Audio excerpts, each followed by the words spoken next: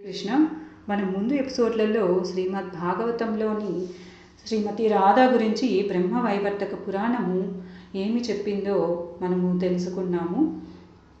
ఇప్పుడు మనము మధురలో శ్రీకృష్ణుడు చేసిన లీలలను గురించి తెలుసుకుందాం. శ్రీకృష్ణుడు బృందావనంలో ఉన్నాడని కంసుడికి తెలిసింది. ధనుర్యాగం పేరుతో కృష్ణుణ్ణి మధురకు రప్పించి చంపుదామని కుట్ర చేశాడు.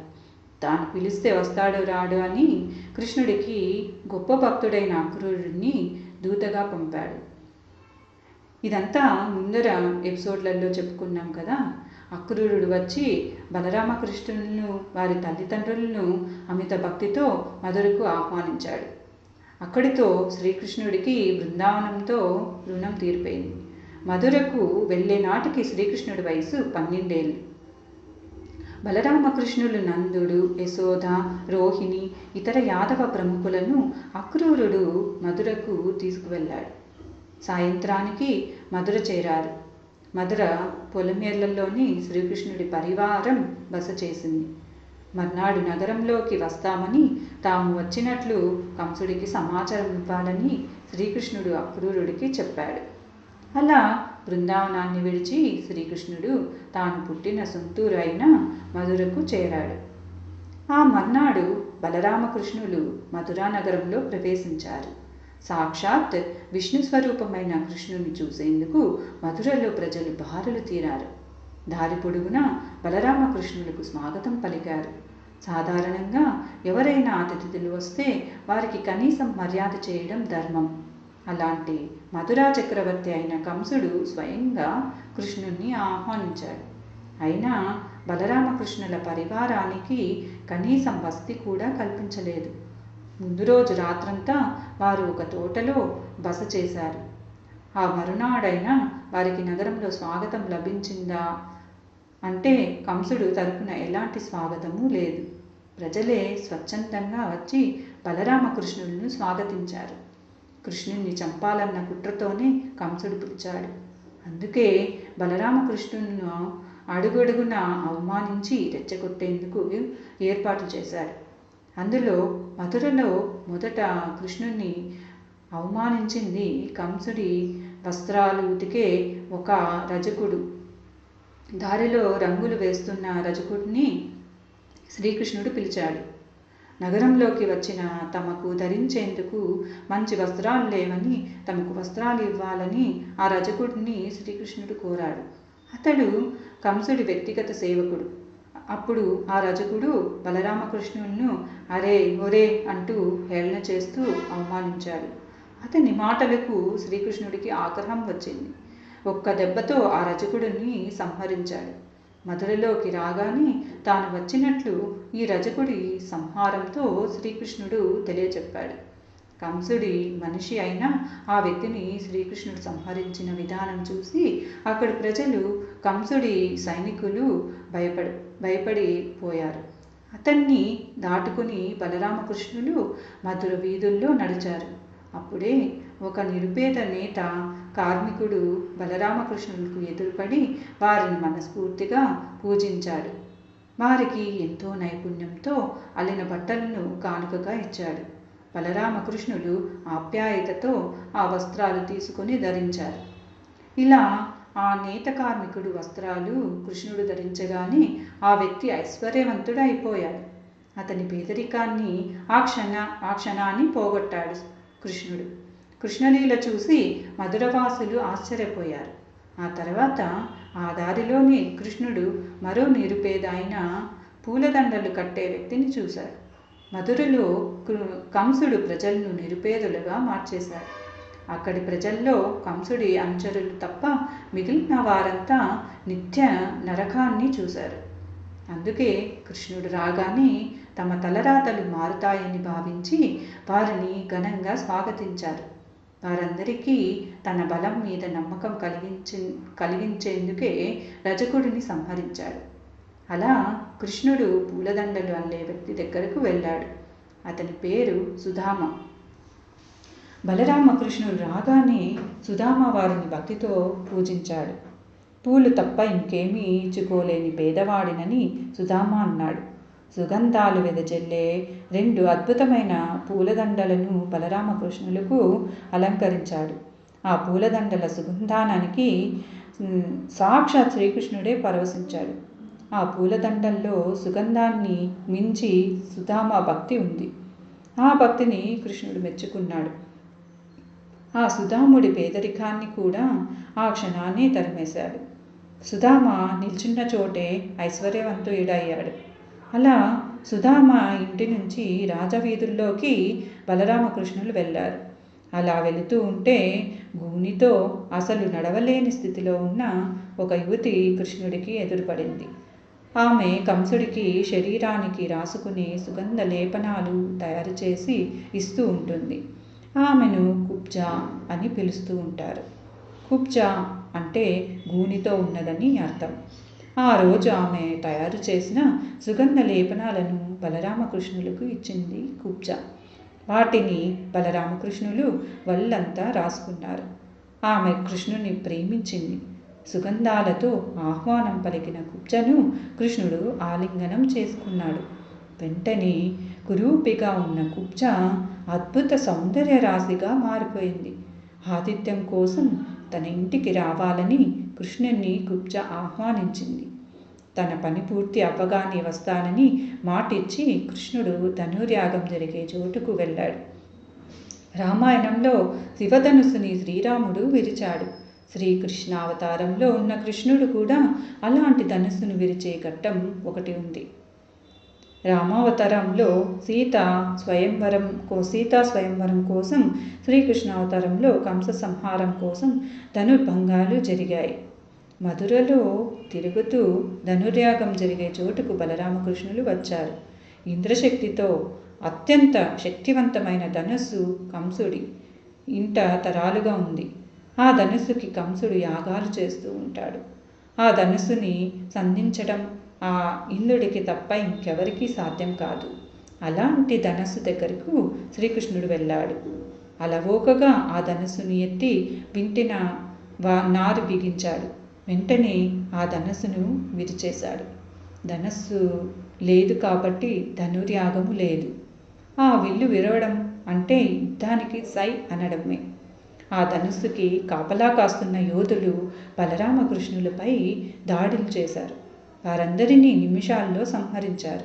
దేవతలు కూడా సంధించలేని ఆ ధనుస్సుని 12 ఏళ్ల ఒక బాలుడు విరిచాడు అని తెలియగానే కంసుడు భయపడ్డాడు. అతను బాలుడు కాదని, తన మృత్యువేనని కంసుడికి అర్థమైపోయింది. అప్పటికే సాయంత్రం అయింది. ధనుర్భంగం చేసిన తర్వాత బలరామకృష్ణులు మధుర అంతా తిరిగి తాము అంతకుముందు రాత్రి బస చేసిన తోటకు వెళ్ళిపోయారు. ఆ రాత్రి కంసుడికి ఎప్పుడూ రానంత భయంకరమైన పీడకలలు వచ్చాయి. అవి దుశ్య కుణాలుగా అతనికి అనిపించాయి. ఆ మరునాడు ఎలాగైనా బలరామకృష్ణులను సంహరించాలని కంసుడు నిర్ణయించాడు. అప్పటికి ప్రఖ్యాత మల్లవీరులు కంసుడి దగ్గరే ఉండేవారు.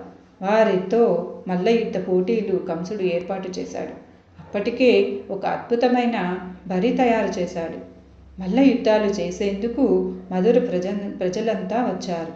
ఆ ప్రాంగణానికి కొంచెం దూరంగా కంసుడి ఆసనం ఉంది. ఒక్క దెబ్బతో ప్రాణాలే తీయగల మల్లవీరులు చాణూర, ముష్టిక, కూట, చెల, కోసల వీరంతా ఆనాడు కంసుడికి బద్ధతగా ఉండేవారు. వారిని దాటి కంసుని సంహరించడం అసాధ్యం. కృష్ణులు మల్ల యుద్ధం జరిగే చోటికి వచ్చారు. ఒక నాయకుడిని ప్రజలు ఎప్పుడు నమ్ముతారో కృష్ణుడికి తెలుసు. శత్రువు ఉన్న చోటే ఆ శత్రువులను సంహరించినప్పుడు అక్కడి ప్రజలు ఆ నాయకుడిని పూర్తిగా నమ్ముతారు. అందుకే కృష్ణుడు మల్లయుద్ధ ప్రాంగణంలోనే తన పని మొదలుపెట్టాడు. మల్ల యుద్ధం జరిగే చోట ఒక ప్రవేశ ద్వారం ఉంది. ఆ ద్వారానికి కువలయ పీడ అనే మదగజం కాపలా కాస్తుంది. ఆ ఏనుగు మధురలో అన్ని ఏనుగుల కంటే అతి బలమైనది. ఏ ఏనుగైనా ఓడించగలిగే శక్తి ఉన్నది. అలాంటి ఏనుగుని ఆ మావటి కృష్ణుడిపై ఉసిగొల్పాడు. ఆ ఏనుగు కుంభస్థలం పైకి ఒక్కసారిగా కృష్ణుడు దూకాడు. ఒకే దెబ్బతో ఆ మదగజం కుంభస్థలాన్ని బద్దలు కొట్టి చంపేశాడు. ఆ మావటిని కూడా సంహరించాడు. అలా కంసుడు పంపిన కువలయపీడ అనే మదగజం బలరామకృష్ణులను ఏమీ చేయలేకపోయింది. అలా మదగజాన్ని సంహరించి బలరామకృష్ణులు మల్లయుద్ధ ప్రాంగణానికి చేరుకున్నారు. బరిలో అత్యంత బలిష్టంగా ఉన్న చాణూరుణ్ణి ముష్టికుణ్ణి బలరామకృష్ణులు చూశారు. చాణూరుడితో తాను ముష్టికుడితో బలరాముడు మల్ల యుద్ధం చేస్తారని కృష్ణుడు ఆ ప్రాంగణంలో అందరికీ చెప్పాడు. కానీ 12 ఏళ్ల పిల్లాన్ని చూసి చాణూరు ముష్టికులు చాలాసేపు వారిద్దరిని అవహేళన చేశారు. ఒక్క గుద్దుకే ఇద్దరు చస్తారని ఆ దేవదేవుణ్ణి బెదిరించారు.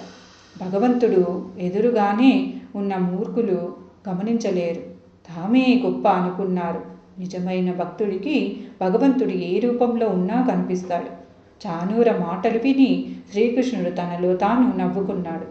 కృష్ణుడు, చాణూరుడు, అలాగే బలరాముడు ముష్టికల మధ్య భీకర మల్ల యుద్ధం జరిగింది. ఈ జగత్తుని మోసే దేవదేవుల ముందు వీరిద్దరూ పరమాణువులే కదా. నిమిషాల్లోనే మహాయోధులైన చాణూర ముష్టికలను కృష్ణ బలరాములు ఓడించి నెత్తురు కక్కేలా కొట్టి చంపేశారు. అది చూసి మరో మల్ల యోధుడు కూటుడు బలరాముడిపై దాడి చేశాడు. అతన్ని కూడా ఒక దెబ్బతో బలరాముడు చంపేశాడు. ముష్టిక స్నేహితులు ఇతర మల్ల యోధులైన తోసల, సల అనే మల్లులను కూడా బలరాముడు సంహరించాడు. మిగిలిన మల్లు వీరులు ఎవరు బలరామకృష్ణుల దగ్గరికి వచ్చే సాహసం కూడా చేయలేకపోయారు. కంసుడు దీంతో భయపడిపోయాడు. వెంటనే బలరామకృష్ణులను మధుర బయట గెంటేయాలని, యాదవులను నందుడిని బంధించాలని, వసుదేవుల్ని తన తండ్రి అయిన ఉగ్రసేనుని వెంటనే సంహరించాలని కంసుడు సైన్యాన్ని ఆదేశించాడు. కంసుడు ఆ మాటలు అంటుండగానే కృష్ణుడు కంసుని సింహాసనం దగ్గరకు వెళ్ళాడు. శ్రీకృష్ణుడిని సంహరించేందుకు కంసుడు తన కత్తిని తీశాడు. కానీ కృష్ణుడు కంసుడిని ఒక్క దెబ్బతో కొట్టి ఎత్తి మల్ల యుద్ధం జరిగిన బరిలోకి విసిరేశాడు. ఆ దెబ్బకు కంసుడు మరణించాడు.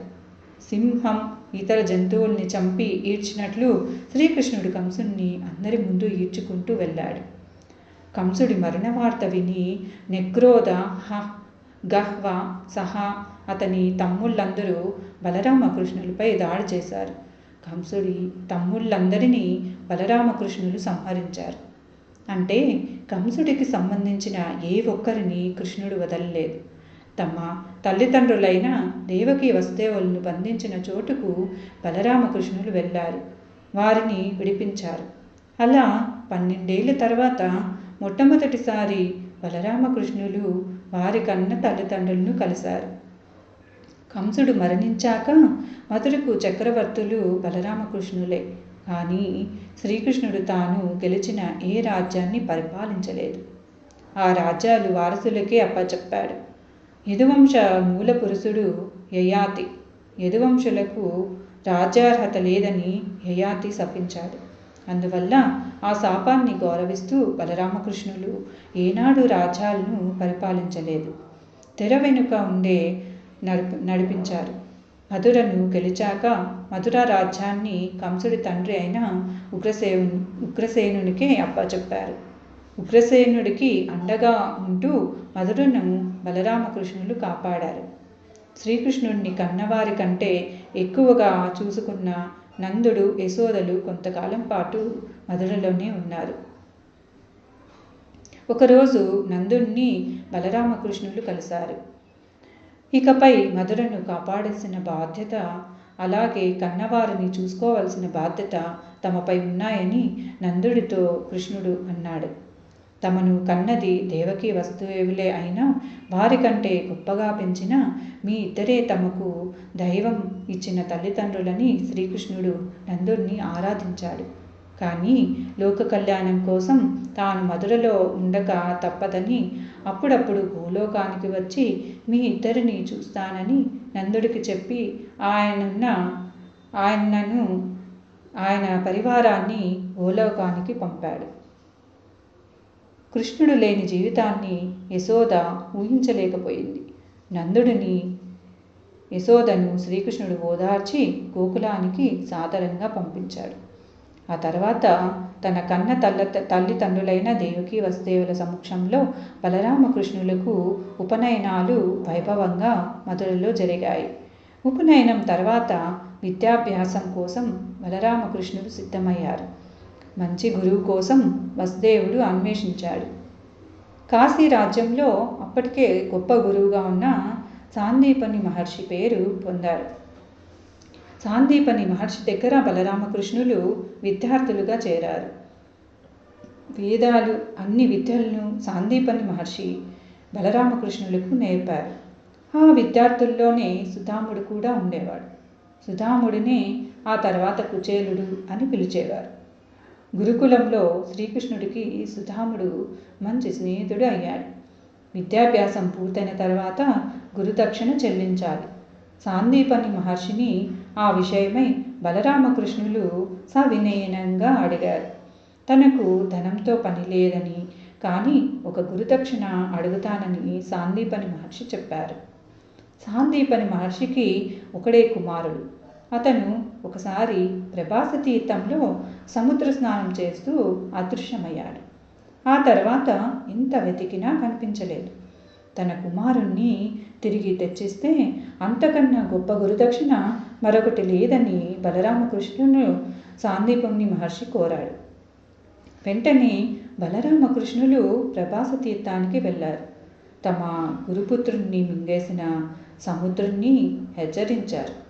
అయితే సముద్రుడు ప్రత్యక్షమై ఒక పెద్ద అల ఆ బాలుణ్ణి ముంచేసిందని, ఆ తర్వాత పంచజనుడు అనే రాక్షసుడు ఆ బాలుణ్ణి బంధించాడని సముద్రుడు కృష్ణుడికి సమాచారం ఇచ్చాడు. పంచజనుడు అంటే ఒక పెద్ద శంఖ ఆకారం. సాందీపని కుమారుడు ఆ శంకువులో చిక్కుకున్నాడని అనుకోవచ్చన్నమాట. ఆ పంచజనుడు నుంచి పుట్టిన శంఖమే పాంచజన్యం. సాందీపని మహర్షి కుమారుణ్ణి సముద్రంలో వెతుకుతూ ఆ పాంచజన రాక్షసుని సంహరించాడు. ఆ రాక్షసుడి నుంచి పుట్టిందే పాంచజన్య శంఖం. ఆ శంఖాన్ని కృష్ణుడు పొందాడు. సముద్రంలో ఆ బాలుడు కృష్ణుడికి కనిపించలేదు.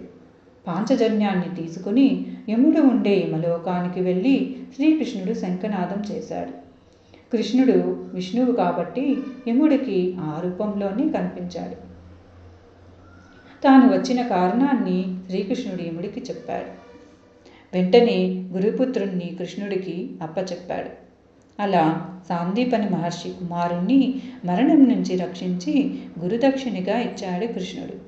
ఒక మంచి గురువు ఆజ్ఞాపిస్తే అది ఎంత కష్టమైన పనైనా విద్యార్థి నిర్వర్తించాలి. అది విద్యార్థి బాధ్యత అని చెప్పడమే ఈ కథలో కృష్ణుడు ఇచ్చిన సందేశం. ఇది ప్రతి విద్యార్థి తెలుసుకోవాలి. విద్యాభ్యాసం ముగించుకుని బలరామకృష్ణులు మధురకు వచ్చారు. కొన్నాళ్ల తర్వాత మంత్రి అక్రూరుడితో శ్రీకృష్ణుడు సమావేశమయ్యాడు. అప్పటికి కృష్ణుడి వయసు 14 ఏళ్ళు ఉంటుంది. మహాభారత చరిత్ర కూడా నడుస్తుంది. దేవతల అనుగ్రహంతో కుంతికి మాద్రికి పాండవులు జన్మించారు. ఆ తర్వాత పాండురాజు మరణించాడు. చిన్న పిల్లలుగా ఉన్న పాండవులు కుంతీదేవి హస్తినకు వచ్చారు.